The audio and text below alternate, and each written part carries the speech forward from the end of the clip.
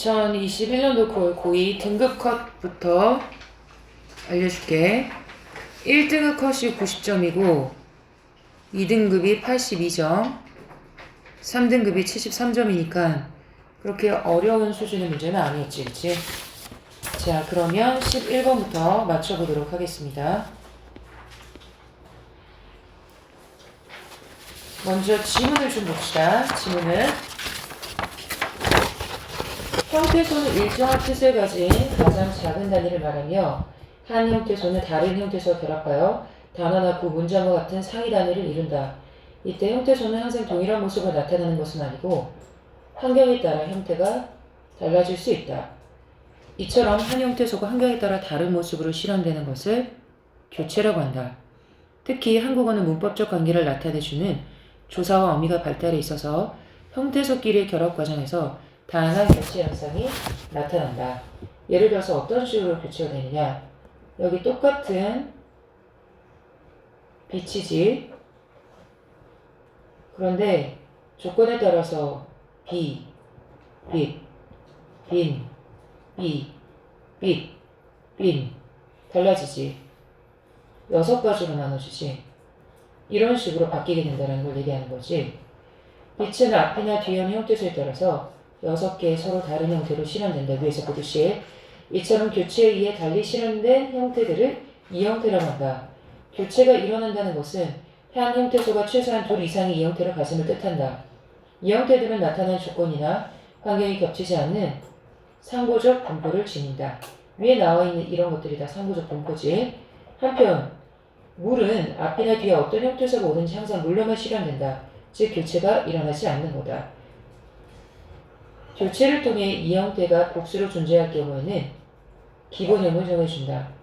한 형태소가 여러 가지 다양한 이 형태들로 실현되면 이 형태들을 대표할 수 있는 형태를 하나 설정하게 되는 것이 바로 기본형이다. 교체를 하지 않는 형태소의 경우 그 자체가 기본형이 되지만 교체를 하는 형태소는 기본형을 따로 정해야만 한다. 또한 형태소의 교체는 일어나는 동기에 따라서 두 가지로 나눌 수 있는데 하나가 자동적 교체이고 하나는 비자동적 교체이다. 자동적 교체는 교체가 일어나지 않고 그대로 실현되면 안 되기 때문에 일어나는 교체를 말한다.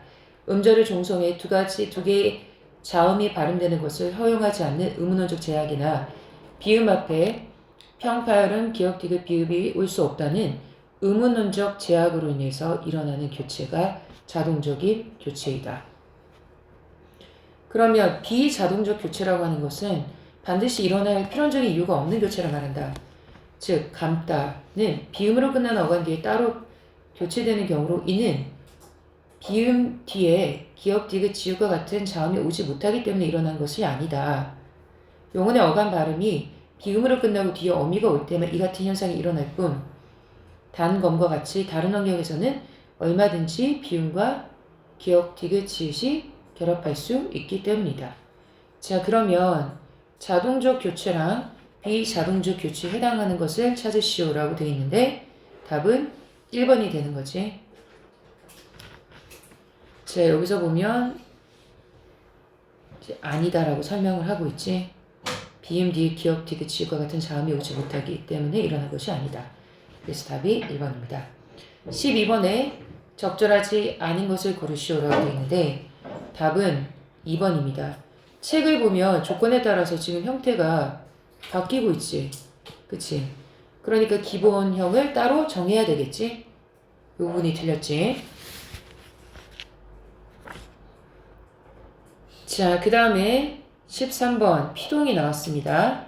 피동 표현은 행위의 주체보다 대상을 부각하고 싶을 때, 그 다음에 주체를 분명하게 밝히고 싶지 않을 때, 그 다음에 행위의 주체가 중요하지 않거나 누구나 아는 사람일 때, 그리고 행위의 주체를 분명히 설정하기 어려운 경우에 사용한다.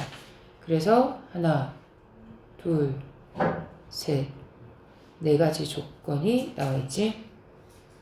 적절하지 않은 것을 고르시오라고 되어 있습니다.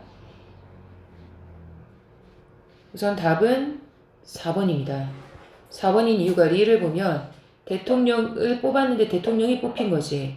행위의 주체가 아니라 대상이지. 그런데 행위의 주체인 대통령이라고 했으니까 틀린 거지. 행위의 주체는 국민들입니다. 국민들. 그래서 답이 4번입니다. 그 다음에 14번에 적절하지 않은 것을 고르시오. 자, 이걸 하려면 아는 문장의 종류에 대해서 좀 알아야 되는데, 아는 문장 종류가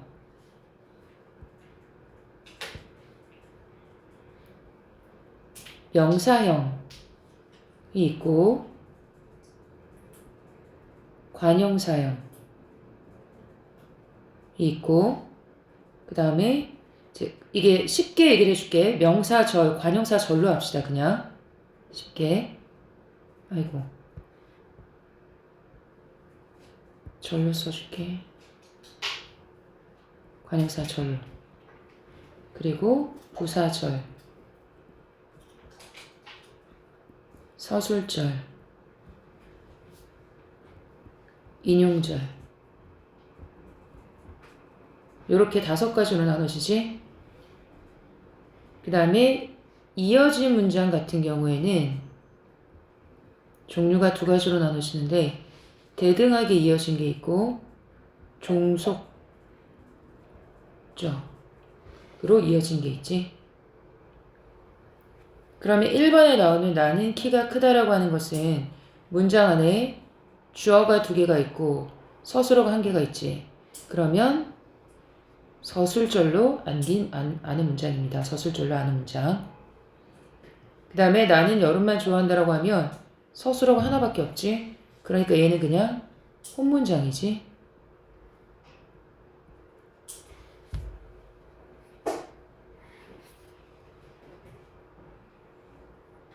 그 다음에 그녀는 시인이자 선생님이다라고 하면 원래 문장이 그녀는 시인이다. 그리고 그녀는 선생님이다가 이어져 있는 거지. 그래서 얘는 지금 이어진 문장에 해당하는 거지. 그녀가 사과를 먹고 나는 배를 먹는다. 얘도 이어진 문장에 해당하는 거겠지. 그러면 답이 어떻게 되냐면 답은 3번입니다. 니은과 디귿의 서술어의 개수는 동일하군이라고 되어 있는데, 니은에서 서술어의 개수는 좋아한다 1개지. 근데 디귿에서는 시인이다, 선생님이다 2개로 이어져 있으니까 동일하지가 않지.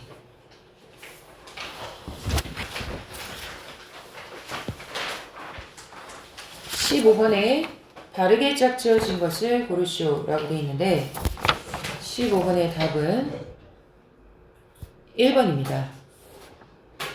자, 보면 내가 가겠습니다 라고 했으니까 지금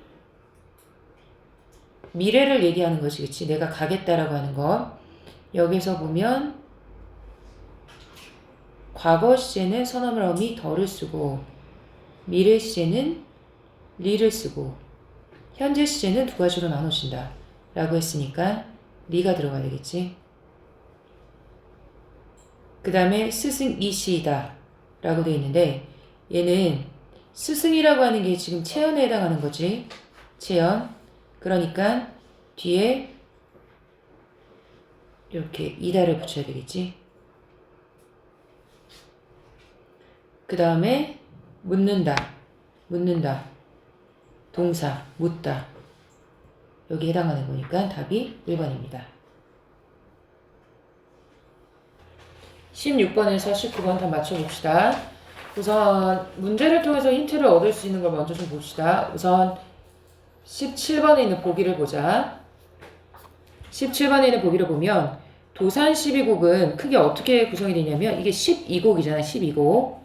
그런데 언지 6수랑 언악 6수로 이루어져 있어. 언지 6수랑 언악 6수. 그래서 언지에 있는 주제가 다 뭐냐면 자연과 관련된 거야. 언지 6수의 주제는 자연과 관련된 것이고, 언악에 있는 6수는 학문이야. 학문. 그러니까 전체적으로 주제가 자연 아니면 학문 둘 중에 하나입니다. 또한 발문에는 이왕이 이 작품을 우리말로 지어 제자들이 노래를 부르며 향유하게 하여 지향할 만한 삶의 방식과 바람직한 가치를 마음에 새기게 하려는 교육적 의도를 가지고 있었음이 드러나 있다. 이게 도산 12국의 내용이구나 라는 것을 알 수 있다. 그 다음에 나를 읽기 전에 이걸 한번 봅시다. 이이승은 일제강점기 우리말을 연구하고 보급한 조선어학회에서 활동한 지식인으로 조선어학회가 민족주의 단체라는 이유로 검거되어 투옥생활을 하였다. 나에는 글을 읽는 것이 일상적이었던 사람들인 글쓴이와 조선어학회 동지들이 투옥생활 중에서도 읽을 거리를 얻기 위해 노력하며 글을 읽으려는 의지를 보여주고 있다. 그래서 전체적인 내용이 요런 내용이구나 라는 것을 알고선 글을 읽으면 빨리 읽을 수 있겠지, 그치? 그래서 제목 자체가 뒤지라고 하는 것이 쉽게 얘기하면 휴지지, 휴지? 똥을 닦는 휴지인데 그 당시 휴지가 없으니까 종이로 닦았던 거고 그게 굉장히 진기한 책이다 라는 제목을 담고 있다. 자, 그러면 가부터 한번 봅시다. 이게 이제 외부 지문으로 잘 나오기 때문에 해석을 거의 다 알아둬야 됩니다. 외부 지문으로 잘 나와. 그래서 먼저 파악을 해야 되는 게 여기 보면 언지라고 돼 있지. 언지는 주제가 다 뭐랑 관련이 있다? 자연. 그 다음에 얘는 뭐야? 언악이라고 돼 있지. 그 뒤에 있는 부분은 학문과 관련되어 있는 겁니다. 그러면 언지 1부터 봅시다. 이런들 어떠하면 저런들 어떠하리. 내가 이렇게 살면 어떠하고 저렇게 산들 어떠하겠느냐. 무슨 상관이 있겠느냐. 초여우생이라고 하는 것도 밑에 나와 있지. 시골에 묻혀 사는 자신의 모습. 시골에 묻혀 사는 내 모습이 이렇다는들 어떻겠느냐. 하물며 문학에서 천석고왕이 나오면 자연을 너무 사랑해서 걸린 병이거든. 자연을 너무 사랑해서 걸린 병. 같은 말이 뭐가 있냐면 같은 말이 연하고실이 있어. 연하고실. 이거 자연을 너무 사랑해서 걸린 병이야. 이거 나오면 그냥 자연을 좋아한다라고 해석하면 됩니다. 천석고왕을 고쳐 뭐 하겠느냐. 고치지 않겠다는 거야. 자연에 대한 애정을 보여주고 있지. 그 다음 연하라고 하는 건 안개와 노을입니다. 안개와 노을로 집을 삼고 풍월로 벗을 삼아. 둘 다 자연입니다. 자연. 태평성대의 병으로 늙어간다라고 되어 있는데 이 병은 무슨 병이야? 이거 천석고왕이랑 연하고지. 병으로 늙어간다. 이 중에 바라는 일은 허물이나 없었으면 좋겠다. 뭐 잘못하는 건 없었으면 좋겠다. 아까 보기에 나와 있었지. 선한 본성. 본성을 지키면서 살고 싶다. 자, 그 다음에 순풍이 죽었다라고 하는 것은 거짓말이다. 이 사람이 주장했던 게 이왕이 주장했던 게 성서설이니까 선한 풍속이 죽었다는 것은 거짓말이다. 인성이 인간의 본성이 어질다는 것은 옳은 말이다. 라고 하면서 쉽게 얘기하면 성선설이야. 천하의 허다영재 많은 인재를 속여서 말할 수 있겠느냐. 많은 인재를 속여서 말할 수 있겠느냐. 라고 하면서 인간의 순박한 어떤 성품이나 풍습을 강조하고 있다. 자, 그 다음입니다. 학문과 관련된 거 이거 잘 나오지. 고인도 날 못 보고 나도 고인을 못 봤다. 여기서 말한 고인은 누구를 얘기하는 거냐면 공자, 맹자, 주자 이런 학문을 했던 사람들. 그 사람도 날 못 보고 나도 못 봤어. 왜냐면 죽었으니까. 그 사람들을 못 봐도 그 사람들이 가던 길이 있다라고 하는 이 가던 길이 바로 학문 수양의 길이 되겠지. 학문 수양의 길. 앞에 있으니 가던 길을 아니 가고 어찌하겠느냐. 학문 수양의 길을 따라가겠다. 라고 얘기하는 거지. 그래서 이 부분만 따서도 시험에 잘 나옵니다. 이 부분만 따서도. 자, 그 다음에 당시에 가던 길을 몇 해를 버려두고라고 되어 있는데 여기서 말하는 가던 길이라고 하는 것이 학문 수양의 길입니다. 학문 수양의 길. 학문 수양의 길을 몇 해를 버려두고 왜 버려두냐면 얘가 관직 생활을 했거든. 관직 생활을 했으니까 버려두고 어디에다 다니다가 이제야 돌아왔느냐. 서리법이지. 이제야 돌아오느니 다른 데 마음 두지 않겠다. 여기서 말한 다른 데라고 하는 것은 정치를 얘기하는 거겠죠. 관직생활. 마음 두지 않겠다. 즉 학문에 열심히 하겠다라는 뜻입니다. 그 다음 우구도 안다라고 하는 것은 어리석은 사람의 뜻이죠. 풀리시 어리석은 사람. 어리석은 사람도 안다. 학문이라고 하는 것이 쉽다. 성인이라고 하는 것은 뛰어난 사람이지. 뛰어난 사람. 뛰어난 사람도 못다 한다. 그러니까 어렵다. 학문이라고 하는 것은 쉽기도 하고 어렵기도 하다라는 거지. 쉽거나 어렵거나 중에 늙는 줄을 모르겠다. 학문 수양을 하는 중이라고 하는 학문 수양을 얘기하는 거겠지. 그래서 학문하는 삶에 대해서 즐거움을 얘기하는 겁니다. 이게 도산 12국이다. 이게 시험 범위로 지정이 되지 않아도 외부 작품으로 잘 나옵니다. 예. 기억해 두세요. 자, 그 다음에 나 작품 봅시다. 아까 전체적으로 무슨 내용인지는 파악을 먼저 했지. 우리가 보기를 통해서. 두 평쯤이나 될까 말까 한 좁은 감방 안에 아까 얘기했듯이 조선 어학계 사건에 연루돼서 감옥에 갇혀 있는 거지. 7, 8명의 식구가 때로는 10여 명이 넘는 식구가 똥통과 동거 생활을 하면서 그래도 뒤지가 필요하였다. 뒤지 휴지가 필요했다는 거지. 경찰서에서는 불가피한 청구에 응하기 위하여 뒤지를 공급하고 있었다. 원래 뒤지감의 종이를 따로 만들어 한 문큼씩 묶어서 파는 것이 있었지만 그 당시에는 전쟁 중에 일본이 경제적 파탄에 직면하고 있었으므로 이 뒤지조차 구하기 어려웠다. 그래서 신문지나 잡지 같은 것을 썰어서 뒤지로 쓰고 있는 형편이었다.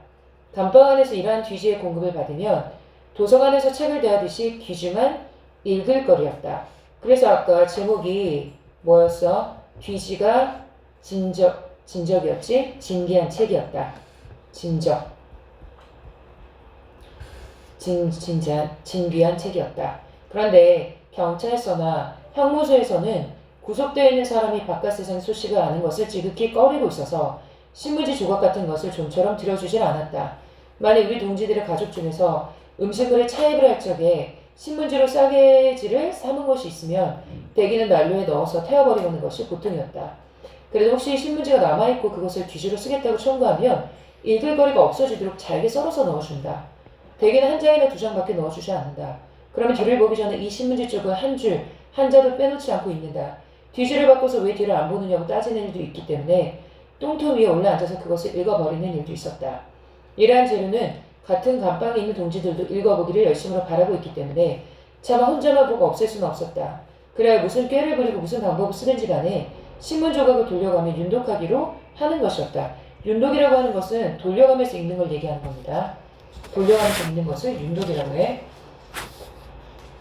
이것을 읽되 어여시 펼쳐놓고 보는 것이 아니라 손바닥 안에 감추어질 만큼 적어서 간수의 눈에 피해가며 몰래 읽어가는 것이었다. 그러나 신문지 같은 것은 천재이루라고 하는 것은 사자성어지 좀처럼 만나기 어려운 좋은 기회를 얘기하는 겁니다. 좋은 기회, 하늘이 준 기회야. 얻어야 볼 수 있는 노릇이요. 보통 경우에는 외정 당시 경찰계 유일한 기관지로서 경무휘벌한 것이 있었다. 그리하여 경찰서에는 이 묵은 잡지의 제국품이 상당히 풍부한 듯하여 이것으로 우리들에게 뒤지를 공급하고 있었다. 이 잡지는 주로 경찰 행정에 필요한 지시나 참고사항을 재료로 하여 편집한 것인데 그 중에는 취미기자도 있고 일본 사람으로서 양행한 기행문 같은 것도 있었다. 어쨌든 우리는 문출을 받는 일 외에는 열흘이 하루같이 아무것도 하는 일 없이 팔자를 끼고 브라질을 하며 온종일 앉아 있었으므로 그 무료하기란 견주어 말할 데가 없었다. 여기서 이제 브라질을 했다는 건 몸을 좌우로 흔드는 걸 얘기해. 몸을 좌우로 흔드는 것. 그런데 이러한 글팔이 있는 종이 조각이라도 얻어있는 경우에는 한결 지루한 시간이 십수 달이 지나는 것만 같았다. 더욱이 문초를 전부 마치고 그저 구속만 되어 있는 동안은 진정 세월이 더딘 것이 지루하여 견딜 수가 없었다. 그래야 우리는 어떻게 하든지 이 경무휘보의 잡지 쪽을 많이 입수하도록 가진 노력을 기울였다. 우선 화장실을 자주 보기로 했고 설사가 나니까 한 장만으로 부족하니 석 장, 넉 장씩 달라고 했다. 가다가는 뒤지를 얻기 위하여 헛디를 보는 일도 있었다. 이렇게 해야 다 각각 얻은 뒤지를 서로 돌려가며 보는 것이었다. 그러나 이렇게 들여주는 뒤지만으로는 갈급질이 나서 못 견딜 지경이었다. 다량으로 뒤지를 입수하기에 청소꾼이 이용하는 일이 많았다. 젊은 사람이 청소하러 나가서 담배를 훔쳐들이듯이 뒤지를 걸터듬어서 감방으로 들여주곤 하였다. 이와 같이 도둑글을 읽다가 들켜서 뒤지를 빼앗긴 일도 있었고 뺨을 맞는 일도 한두 번이 아니었다. 그러나 이와 같이 분변을 당하고도 그래도 또 잡지 쪽 읽기를 단념하지 못하였다. 이로써 미뤄보면 사람이 하고 싶어하는 의욕은 벌을 받거나 모욕을 당하는 것만으로 깨끗이 청소 하나를 버리지 못하는 것이 역시 인간인가 싶었다. 그러니까 인간의 욕망이라고 하는 것은 쉽게 사그라들지 않는다는 것을 깨닫게 됐다는 거지. 인력으로 좌우할 수 없는 본능의 수치인 듯하였다. 그의 진정한 경지는 실제로 당해보지 않고서는 이해하기가 어려울 것이다. 자, 그러면 답을 맞춰보겠습니다. 가와 나를 이해한 내용으로 적절한 것을 고르시오 라고 되어 있는데 답은 4번입니다. 가에서는 자신의 삶을 성찰한다라는 것이 학문 수행에 집중하지 않고 학문에 힘쓰지 않고 벼슬길에 나아가 있던 자기의 모습에 성찰하고 있지. 자신의 욕구를 충족하기 위한 모습, 글을 읽고 싶어하는 욕구를 보여주고 있지. 그 다음에 17번에 적절하지 않은 것은 답이 5번이지. 우구와 성인을 구분하는 것은 제자들에게 성인을 본받아야 함을 보여주는 이왕의 교육적 의도가 아니라 누구나 할 수 있다라는 거지. 멍청한 사람도 할 수 있고 똑똑한 사람도 할 수 있고. 그러니까 이거는 학문이라고 하는 것은 쉽기도 하고 어렵기도 하다라는 걸 얘기하는 거지. 성인을 본받아야 된다는 건 아니지. 그 다음에 18번에 적절한 것은 답이 1번입니다. 기억에서 대조적인 어휘를 사용해서 자기의 판단을 보여주고 있다라고 되어 있는데 거짓말이랑 옳은말 대조적이지. 19번에 적절하지 않은 것을 고르시오. 답은 2번입니다. 우리들에게 귀지를 공급하는 것에서 글쓴이와 조선어학계 동지들이 읽을 거리를 얻기 위해 노력한 결과를 알 수 있다 라고 되어 있는데 여기에서는 그냥 깜빵에 있는 사람들에게 제국품이 풍부한 경무희보를 잡지로 뒤지로 공급하는 것을 나타낸 것이 글쓴이와 조선어학계 동지들이 읽을 거리를 얻기 위해 노력한 결과는 아니지. 그래서 답이 2번입니다. 질문 봅시다. 제목을 보면 이게 모순이잖아, 모순. 왜 제목을 모순이라고 했을까? 그걸 좀 포인트를 가지고 한번 보도록 합시다. 김장우라는 인물이 나오는데 이 사람 지금 사진 예술가인데 쉽게 얘기하면 가난하지? 가난합니다. 형이 경영하던 여행사가 산산조각으로 부서지는 것을 두서 늘어뜨리고 지켜봐야 하는 고통이 있었다. 형은 가지고 있던 아파트와 늙어서 사랑하는 동생과 나란히 집 짓고 살 수 있을까 해서 마련했던 시골의 땅과 자동차까지 다 팔았다. 동생은 잔액이 몇십만 원인 통장까지 모조리 형에게 내밀었다. 그러니까 두 사람 사이가 굉장히 형제간의 우애가 좋은 거지. 형은 잔액이 몇십만 원인 통장만 받고 나머지 적금 통장은 동생이 돌려줬다. 야 이놈아 죽지 않으면 최소한 씨앗값은 남겨야지. 형은 이렇게 말하며 동생의 등을 툭 쳤다 라고 하면서 김장우라고 하는 인물이 형의 사업 실패 때문에 고통을 당하는 모습을 보여주고 있지. 나도 만만치가 않았다라고 되어 있는데 여기서 나는 주인공이지. 그렇지. 서술자이면서 주인공입니다.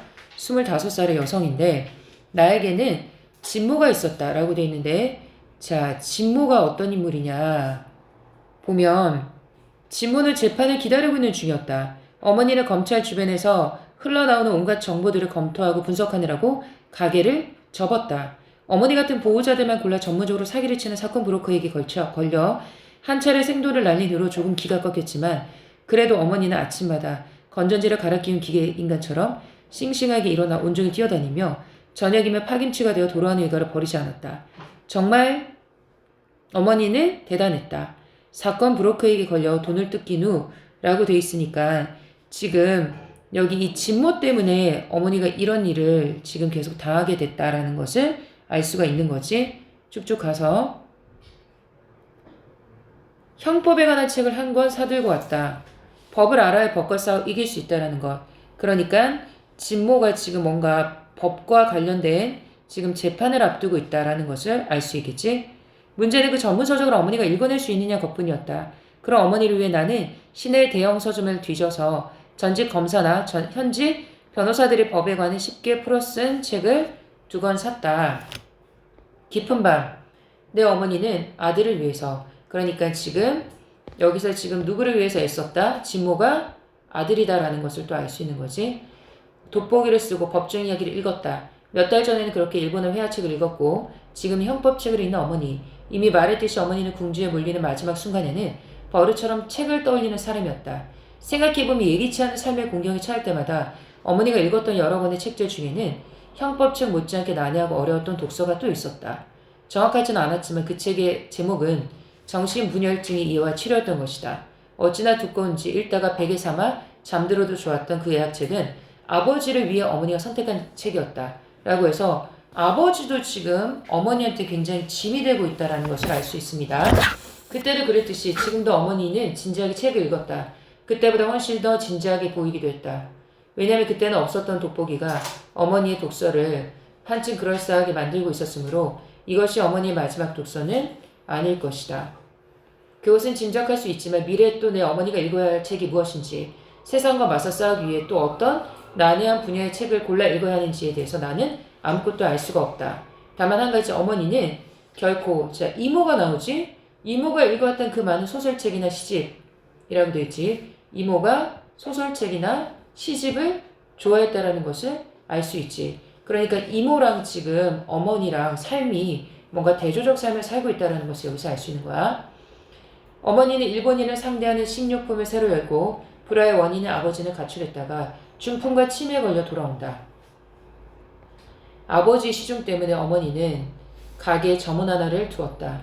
얼마 되지 않은 수입에서 점원 월급까지 나가야 하니 그것 또한 어머니의 나날을 긴장으로 채워주는 것이었다. 어머니는 더욱 바빠졌고 생기를 더해갔다. 어머니의 불행하고도 행복한 삶. 자, 불행하고도 행복한 삶이라고 돼 있지. 이게 제목인 모순이 되겠지. 모순. 역설적이지. 아버지는 이미 오래전에 자신의 인생을 벗어던지고 덤으로 살고 있는 사람이었다. 진짜 인생을 자기 혼자 즐기고 굉장히 이기적이었던 거지. 덤으로 얹혀진 인생이시기에 비로소 가족에게 돌아온 아버지는 천진난만 그 자체였다. 생의 이면을 보아버린 자, 그 많은 갈등과 괴로움도 단숨에 압축해버리니 별것 아니었다. 남은 것은 음식의 탐욕, 그것뿐이었다. 왜냐하면 치매를 앓고 있으니까 아무것도 모르는 거야. 아버지의 뇌파는 오직 먹는 것에만 싱싱하게 반응하였다. 하루에도 몇 번씩 굶어 죽는다고 엄살이었다. 계속 배고프다라고 얘기하고 있지, 그치? 슬픈 일모를 이야기하고 아름다운 비밀 반쪽을 나에게 나누어주던 아버지는 사라졌다. 나는 그것을 확인했다. 아버지 손과 내 손을 맞춰보았지만 맞지 않았던 것이다. 아버지가 그만큼 많이 바뀌었다는 거지. 병과 늙음이 아버지 손을 축소시켜 놓았다.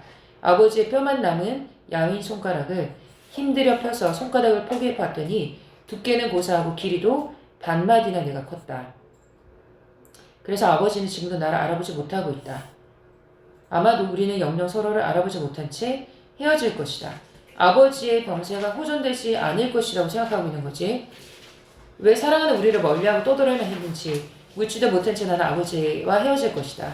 어쩌면 바로 이것이 아버지가 내게 물려주고 싶었던 중요한 인생의 비밀이었을지도 모를 일이었다. 옛날 창과 방패를 만들어 파는 사람이 있었다. 그는 사람들에게 자랑했다. 이 창은 모든 방패를 뚫는다. 그리고 그는 또 말했다. 이 방패는 모든 창을 막아낸다. 그러자 사람들이 물었다. 창으로 방패를 찌르면 어떻게 되는가? 창과 방패를 파는 사람은 그만 입을 다물고 말았다. 이 부분이 지금 제목인 모순의 유래가 되는 거지. 모순.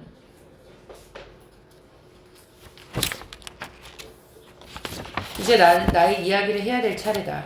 나는 곧 결혼한다. 어머니의 이모에 이어 나도 4월에 신부가 된다. 물론 4월 1일 만우절은 아니다. 1년쯤 전 어느 날 아침 불현듯 잠에서 깨어나는 순간 내 인생이 나의 온 생애를 다 걸어야 해. 꼭 그래야만 해 라고 부르짖었던 나의 다짐이 마침내 결혼이라는 실천의 단계에 이른 것이다. 그 다짐에 충실했던 1년이었다. 살필 수 있을 만큼 다 살폈다라는 것은 남편감을 고르려고 굉장히 고민을 많이 했다라는 거야.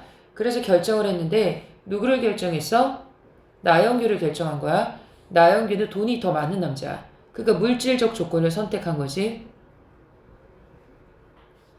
헤어진 다음 날은 나와 김장우의 노래가 되었다. 김장우도 사랑했지만 김장우는 돈이 없었어. 그래서 나는 사랑이란 감정보다는 물질을 선택하게 됐다는 거야. 인간에게는 행복만큼 불행도 필수적인 것이다. 할 수 있다면 늘 같은 분량의 행복과 불행을 누려 사는 것처럼 사는 것이라고 이모는 죽음으로 내게 가르쳐줬다. 이모가 자살을 한 거야. 이모의 가르침대로 하자면 나는 김정의 손을 잡아 오른 것이다. 사랑하는 사람을 선택을 했었어야 됐는데 그러나 역시 이모의 죽음이 나로 하여금 김정의 손을 놓아버리게 만들기도 했다. 모든 사람들에게 행복하게 보였던 이모의 삶이 스스로에게 한없는 불행이었다면 왜 모든 사람에게 행복하게 보였어? 돈을 선택했거든, 이모는. 모든 사람들에게 불행하게 비쳤던 어머니의 삶. 왜 모든 사람들에게 불행하게 비쳤어? 엄마는 사랑을 선택했거든. 그러니까 가난하게 살았지. 남은 것은 어떤 종류의 불행과 행복을 택할 것인지 그것을 결정하는 문제뿐이었다. 나는 내게 없었던 것을 선택한 것이었다. 내게 없었던 것, 경제적 풍요로움, 경제적 조건. 이전에도 없었고 김정은 결혼하면 앞으로도 없었을 것이 분명한 나는 나영규에게서 구하기로 결심했다. 라고 해서 나영규를 선택하게 됐다는 거야. 그것이 이모가 그토록이나 못 견뎌 했던 무덤 속 같은 평온이라 해도 할 수 없는 일이었다. 무덤 속 같은 평온이라고 했는데 왜 무덤 속 같은 평온이야? 물질적 풍요에도 불구하고 정신적으로 빈곤에 시달렸기 때문이지. 삶의 어떤 교훈도 내 속에서 체험된 후가 아니면 절대 마음으로 들을 수 없다. 뜨거운 줄 알면서 또 뜨거운 불 앞으로 다가가는 이 모순 때문에 내 삶을 발전한 것이다. 나는 그렇게 믿는다. 우이독경, 쇠기의 경읽기라고 하지. 쇠기의 경읽기. 사람들은 모두 소외기를 가졌다. 마지막으로 한마디, 1년 전쯤에 내가 한 말을 수정한다. 인생은 탐구하면서 살아가는 것이 아니라 살아가면서 탐구하는 것이다. 실수는 되풀이 된다. 그것이 인생이다. 자, 다 맞춰봅시다. 윗글에 사술상 특징으로 가장 적절한 것을 고르시오 라고 되어 있는데 답이 2번이지. 1인칭 주인공 시점이지. 자기 심리 상태를 드러내고 있지. 32번에 적절하지 않은 것은 답이 4번입니다. 심리적 갈등을 회피하는 나의 소극적 태도를 보여주고 있다 라고 되어 있는데 김장훈은 어땠는지 알 수 없지만 이라고 되어 있는데 이거는 지금 일부러 심리적 갈등을 회피하기 위해서 김장훈가 어떠했는지 알 수 없다라는 것을 일부러 피한 게 아니라 그 사람의 그 사람의 현재 심리 상태에 대해서는 내가 알 방법이 없다라는 걸 얘기하는 거지. 그치? 그래서 4번이 틀렸고 33번에 적절한 것을 고르시오. 어머니의 독서. 어머니는 어떤 인물이다? 굉장히 적극적으로 뭔가 삶에 대해서 이겨내려는 의지적인 태도를 보여준 인물인 거지. 그 다음에 34번에 적절하지 않은 것은 답이 4번입니다. 내게 없었던 것을 선택한 나의 결정은 물질적 행복의 이면에 있는 불행을 거부하려는 모순을 보여주는 것이다. 라고 되어 있는데 지금 얘가 깨달은 거는 이모의 삶이나 어머니의 삶이나 완벽한 것은 없다는 걸 깨닫게 되는 거지. 그래서 어떤 걸 내가 선택하게 될지 그것을 결정하는 문제만 남았다고 생각하는 거지. 답은 4번입니다. 39에서 42번 봅시다. 이성곡에 다시 봄이 왔다. 비탈진 공터 언덕 위에 푸른 풀이 덮이고 그 아래 웅덩이 옆에 미루나무 새 그루로 갈라진 밑동에는 푸른 싹이 돋았다. 봄이 됐다라는 거지, 봄. 때로 늙은 나무도 젊고 싶은가 보다 라고 하면서 봄에서 지금 비롯된 현상에 대해서 본인이 지금 추측하고 있는 거지. 기다리던 것이 오지 않는다는 것은 누구나 안다. 누가 누구를 사랑하고 누가 누구의 목을 껴안듯이 비틀었는가. 나도 안다. 돼지 목다는 동네라고 되어 있는데 돼지 목다는 동네라는 것은 굉장히 시끄러운 동네, 소란스러운 동네를 얘기하는 거야. 돼지 목다는 동네의 더디고 나른한 세월이라고 되어 있는데 더디고 나른하다라는 것은 부정적으로 얘기를 하고 있는 거지. 그러니까 뭘 느끼고 있어? 변화 없는 삶에 대한 권태를 느끼고 있지. 변화 없는 삶에 대한 권태를 느끼고 있다.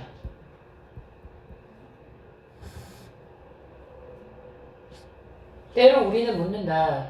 우리의 구분 등에 구분 등이라고 하는 것은 뭔가 힘겨운 삶을 얘기하는 거지. 힘겨운 삶에 푸른 싹이 돋을까?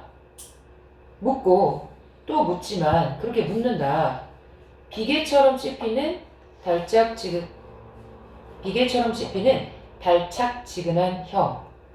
비계처럼 씹히는 달착지근한 혀라는 것은 이 질문에 대해서 답을 하지 못한다는 걸 얘기하는 거야. 항상 우리의 삶은 낡은 유리창이 흔들리는 뭐 같다? 먼지 낀 풍경과 같다. 라고 하면서 계속 부정적인 생각을 갖고 있는 거지. 흔들리며 보채며 얼핏 잠들기도 하고 그 잠에서 깰 때 솟아오르고 싶었다. 새로운 삶의 희망을 좀 가지고 싶었다. 세차장 고무호수의 길길이 날뛰는 물줄기처럼 계속 지금 거기서 이 변화없는 삶에서 벗어나고 싶어 하는 거지.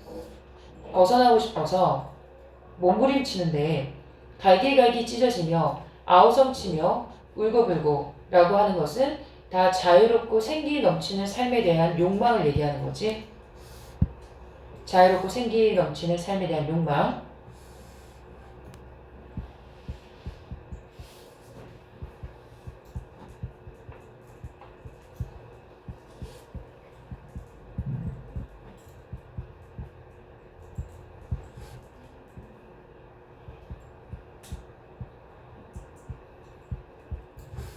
그런데 뭐래? 그런 일은 없었다. 단정적으로 얘기하지. 욕망이 좌절된 거야. 돼지 목다는 동네에 더디고 나른하세요. 앞에서 얘기했던 게 어떻게 됐다는 거야. 풀잎 아래 엎드려 숨지기면 가슴엔 윤기 나는 석탄층이 깊었다. 완전히 굳어버렸다는 거 얘기하는 거지. 그치? 욕망이 실현되지 못한 채 억눌려 있다는 거지. 굳어버렸다는 거야. 그래서 전체적으로 다 비관적인 어조로 얘기하고 있어. 그 다음 두 번째 작품. 이거는 뭐 그렇게 어렵지 않았지. 옆구리에서 아까부터 무언가 꼼지락거리고 있었다. 내려다보니까 할머니였어. 지적 대상이 할머니인데 만원 전동차에서 내리려고. 여기서 만원 전동차라고 하는 것은 현대 문명을 상징합니다. 현대 문명. 그러니까 거기서 할머니는 어떤 존재야? 소외된 존재가 되겠지. 혼자 헛되이 허우적거리고 있었다. 승객들은 빈틈없이 할머니를 에워싸고 높고 튼튼한 벽이 되어 있었다. 타인을 배려하지 않는 냉혹한 현실을 보여주는 거지. 할머니가 아무리 중얼거려도 떠밀어도 벽은 꿈쩍도 하지 않았다. 약자를 배려하지 않았다는 거지. 할머니는 있는 힘을 다하였으나 태의 발가락처럼 무기력하다는 거지. 꿈틀거릴 뿐이었다. 전동차가 멈추고 문이 열리고 닫혔지만 벽은 조금도 흔들림이 없었다. 할머니가 필사적으로 꿈틀거리는 동안, 꿈틀거릴수록 점점 작아지는 동안 승객들은 빈틈을 더 세게 조이며, 승객들, 굉장히 냉혹한 현대인들을 얘기하는 거지. 더욱 견고한 벽이 되고 있었다. 자, 그러면 답을 맞춰보겠습니다. 39번에 공통적으로 적절한 것을 고르시오 라고 되어 있는데 답이 1번이지. 가에서 보면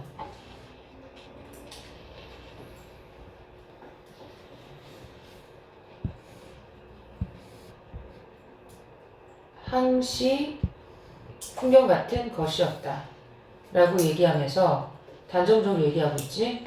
그 다음에 나에서도 뭐라고 얘기해야겠어? 벽은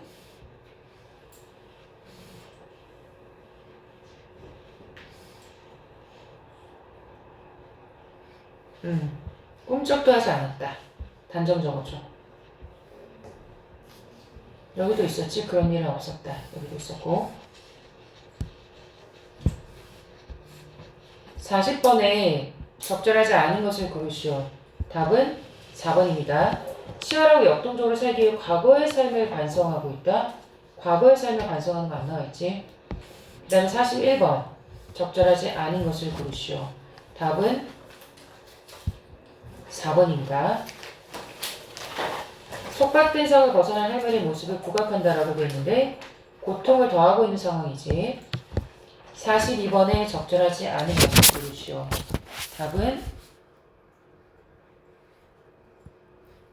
3번입니다. 길길이 날뛰는 물줄기와 윤기나는 석탄층은 몽타주 기법처럼 연결되어 현실에 맞서는 화자에 대한 정서가 유발되고 있다 라고 되어 있는데, 이거는 지금 길길이 날뛰는 것은 이런 현실에서 벗어나고 싶어 하는 거지.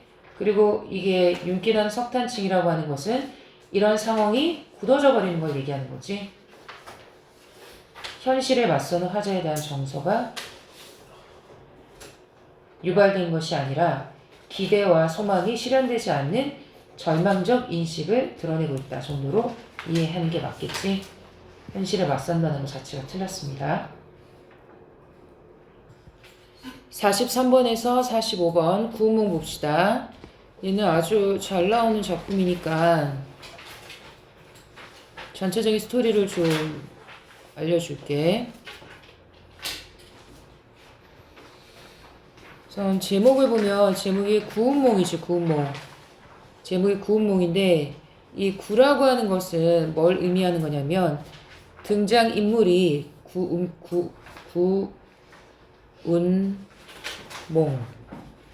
등장인물이 9명이란 뜻이야. 등장인물이. 인물이 9명이란 뜻입니다. 그래서 전체적인 구조가 이게 이제 선계에서의 9명 누구냐면 성진과 팔선녀야. 그런데 성진이 꿈을 꿔. 꿈 안에서는 양소유로 나와. 양소유인데 양소유랑 8부인이야. 양소유와 8부인. 정확하게 말하면 2처6첩입니다. 와이프만 2명이고 첩이 6명이야. 구운몽. 그래서 제목인 구라고 하는 것은 등장인물이 9명이다 라는 뜻입니다. 등장인물이 9명. 운이라고 하는 것은 구루 문자거든. 그러니까 주제를 얘기하는 겁니다. 주제가 뭐냐면 인생 무상. 인생은 뜬 구름과 같다. 그 다음에 몽이라고 하는 것은 전체적인 구조를 보여주는 건데 이 구조 자체가 현실에서 꿈을 꿔서 양소유로 태어나가지고 온갖 것 다 누리고 다시 꿈에서 깨. 현실. 이렇게. 그래서 제목이 구운몽입니다. 구운몽. 그래서 소설에서 선계 부분이 나오는 경우도 있고 시험에서 이 부분이 나올 수도 있고 이 부분이 나올 수도 있어. 근데 지금은 이 부분이 나왔지. 꿈속에서 양소유로 태어나서 꿈속에서 온갖 것 다 즐기고 있는 그 상황입니다. 그게 나왔어. 불도 수행자 성진은, 자, 이거는 현실에서의 성진이야. 8선녀를 희롱한 죄로 육간대사에 의해서 연화봉에서 쫓겨나 꿈속에서 양소유, 완전 플레이보이로 환생하게 되는 거야. 그리고 불도 수행자니까 여자를 만나면 죄가 되는 건데 꿈속에서는 모든 걸 다 누릴 수 있는 완전 완벽한 인물로 다시 환생하게 된 거지.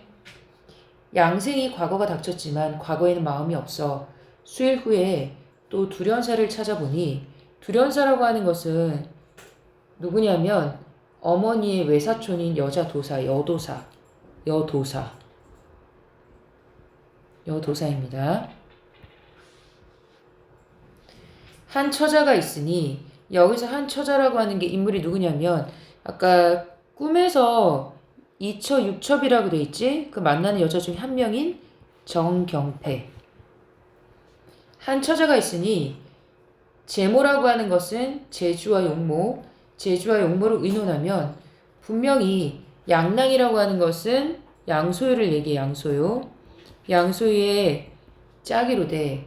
다만 가문이 너무 높아. 여자 가문이 너무 높아. 공호의 벼슬을 6대에 걸쳐 지냈고 대대로 정승을 한 집안이다. 양랑이 만일 신방급제를 하면 신방급제라고 하는 게 뭘 얘기하는 거냐면 과거에 새로 급제한 사람의 이름을 붙이는 걸 얘기하는 거야.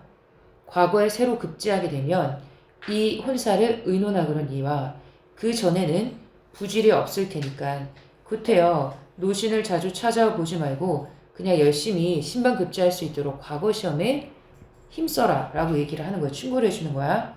그때 양생이 말하기를 어떤 집 여자입니까? 라면서 관심을 보이게 되지. 그치?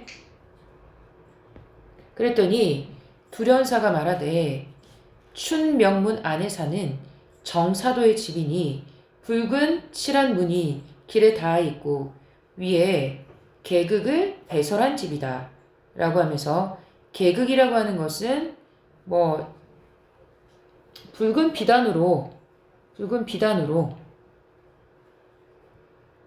비단으로 감싼 것을 얘기하는데 배설이라고 하는 건 그냥 설치한 집이다. 양생이 심중에 마음속으로 이제 생각을 하는 거지. 서머리 말하던 여자인 줄 알고 가만히 생각하되 어떤 여자이기에 두 서울 사이에 이렇듯 이름을 얻었는고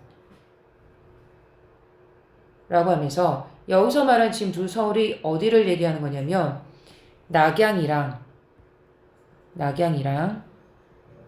장안을 얘기해. 이름을 얻었다라는 것은 명성이 높다라는 걸 얘기하는 거지. 정씨 여자를 사부께서 일찍이 보신 적이 있습니까? 두련사가 말하되 어찌 보지 못하였겠습니까? 정소조는 하늘 사람이니 어찌 언어를 형용하겠느냐. 재주와 용모가 너무 뛰어나다. 그랬더니 양생이 말하기를 소자 감히 자랑하는 것이 아니라 과거는 소자의 주머니 가운데 있는 것이나 다름이 없습니다. 라고 하면서 내가 과거에 급제하는 것은 굉장히 나한테는 쉬운 일이다. 다만 평생 바라는 바가 있어서 처자의 얼굴이라고 하는데 처자가 앞에 나왔던 계속 얘기하고는 정경패를 얘기하는 거지. 얼굴을 보지 못하면 얼굴을 확인하고 싶어 하는 거지. 구원을 하지 않으려 하나니 사부는 자비를 베풀어 소자로 하여금 한번 좀 볼 수 있게 해 주십시오. 두련사가 크게 웃고 이르되 재상과 처자를 어찌 볼 수 있겠느냐. 양랑이 노신의 말이 믿음직하지 않은 거 의심하네. 너도 내 말을 못 믿겠느냐라고 얘기하는 거지. 그랬더니 양생이 말하기를 소자가 어찌 감히 의심하겠습니까? 그러나 사람의 마음이 각각 다르니 그러니까 보시기에 예뻐 보일 수도 있지만 제 눈에 못생겨 보일 수도 있지 않겠습니까? 내가 내 눈으로 확인하겠다는 거야. 그랬더니 두련사가 말하되 그렇지 않다.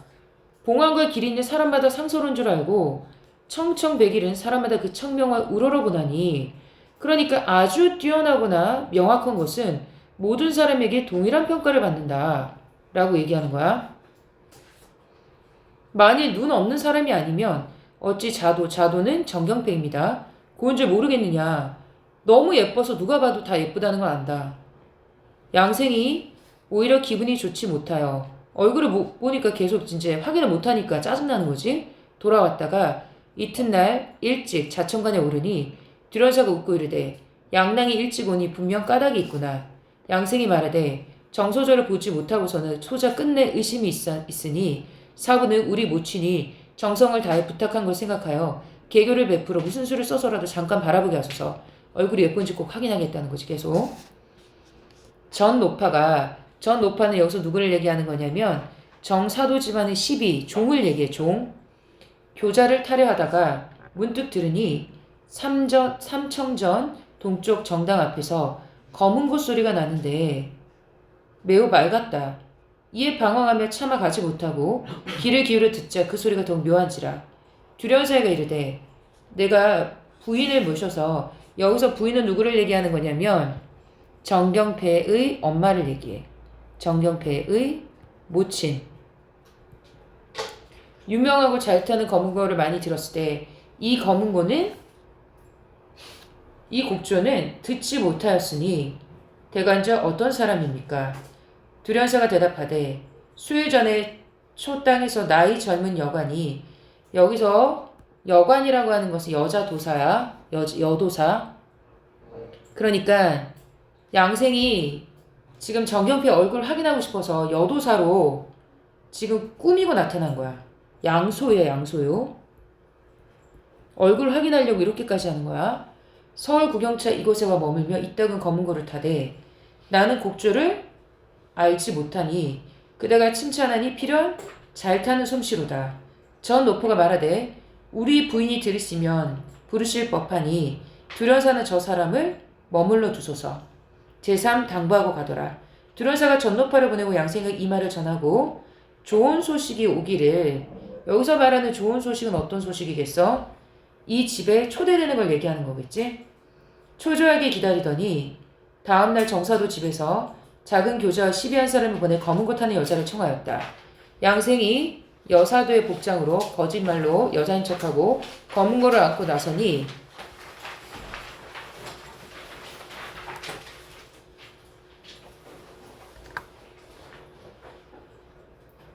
마고선자와 사자형 같더라. 한마디로 멀리게 선녀 같다라는 뜻이야. 선녀.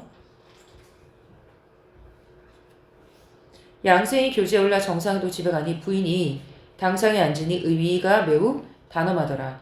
양생이 검은 고를 놓고 당 아래에서 머리를 숙이자 부인이 당으로 올라오라 하여 자리를 주고 말하되 어제 집안의 시비가 자천간에 갔다가 신선의 풍류를 듣고 왔다 하기 한번 보고자 했더니 도사의 맑은 거동을 서로 대하니 도년이 더러운 마음을 사라지게 하는도다. 양생이 자리를 피하여 대답하되 빈도는 본래 오추의 사람이라 구름 같은 자치가 정처 없이 다니더니 천안제주를 자기의 검은고 실력을 천안제주다라고 하면서 굉장히 겸손한 태도로 보이지.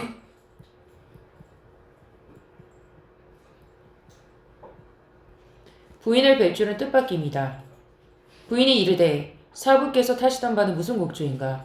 양생이 대답하여 말하기를 빈도가 일찍이 남전산에서 이익을 만나. 여기서 이익도 마찬가지로 그냥 도사야. 도사를 만나 여러 가지 곡조를 전수받았지만 다 옛사람의 노래다. 유행이 지난 노래다. 오늘날 사람의 귀에는 맞지 않을까나이다. 부인이 시비로 하여금 양생의 검은고를 가져오라 하여 이르되 아주 좋은 제목이다. 양생이 말하되 이는 용문산 위 절벽에 있는 꺾어진 백년 묵은 오동이다. 나무의 성질이 다 없어지고 단단하기가 금석 같으니 비록 천금이라도 바꾸지 못할 것이다. 이처럼 문답하되 소저가 나오지 않으니 양생이 다급하여 계속 지금 얘가 소저를 찾고 있지? 여기까지 온 건 정경표 얼굴 확인하려고 하는 건데. 빈도가 비록 옛소리를 배웠으나 스스로 좋고 나쁨을 알지 못하더니 자천간에서 듣자오니 소저께서 매우 총명하여 곡조를 아는 것이 문의보다 나으시다 하오니 청컨대 천안제주를 시험하여 소저에 가르치심을 바라나이다 라고 하면서 정경패가 나오기를 지금 여기서 유도하고 있는 거지. 부인이 시비를 시켜 소저를 나오라 하니 향기로운 바람이 폐역 소리를 끌더니 소저가 나와 부인 곁에 모로 앉았다는 말은 옆으로 비겨서 앉았다. 양생이 이하여 뵙고 눈으로 바라보니 여기서 보니까 진짜 눈이 부시고 정신이 요란하여 측량하지 못할 정도로 예쁜 거야. 앉은 자리가 소저와 거리가 먼 것을 꺼려 부인에게 청하여 말하되 빈도가 소저의 가르침을 들으려 하는데 당이 너무 넓어 자세히 듣지 못하실까 하노라. 부인이 시녀를 명하여 자리를 가져오라 하니 시녀가 자리를 옮겨 부인 곁에 가까이 놓았다. 소저의 앉은 곳과 멀지 아니하 옆자리라. 도리어 앞에서 바라볼 때만 못했다. 안타깝지만 감히 다시 정하지 못하다 라고 하면서 자 결국은 얼굴을 확인하게 된 거지. 자 그러면 43번에 적절하지 않은 거 답은 2번입니다. 양생은 정소저와 만나기 위해 과거 시험을 피하고자 하였다라고 돼 있는데 과거는 소자의 주머니 가운데 있는 것이나 다름이 없다라고 얘기하는 거지. 자신감을 보여주고 있지. 피하는 것이 아닙니다. 그 다음에 44번에 적절한 것을 고르시오. 답은 5번입니다. 45번에 적절하지 않은 것을 고르시오. 답은 4번입니다. 양생이 부인에게 귀한 검은고를 보이며 천금이라도 바꾸지 않겠다고 말하는 부분에서 인간 본연의 욕망이랑은 전혀 상관이 없지. 이거는 그냥 그만큼 귀한 검은고이다라는 걸 강조하는 거지.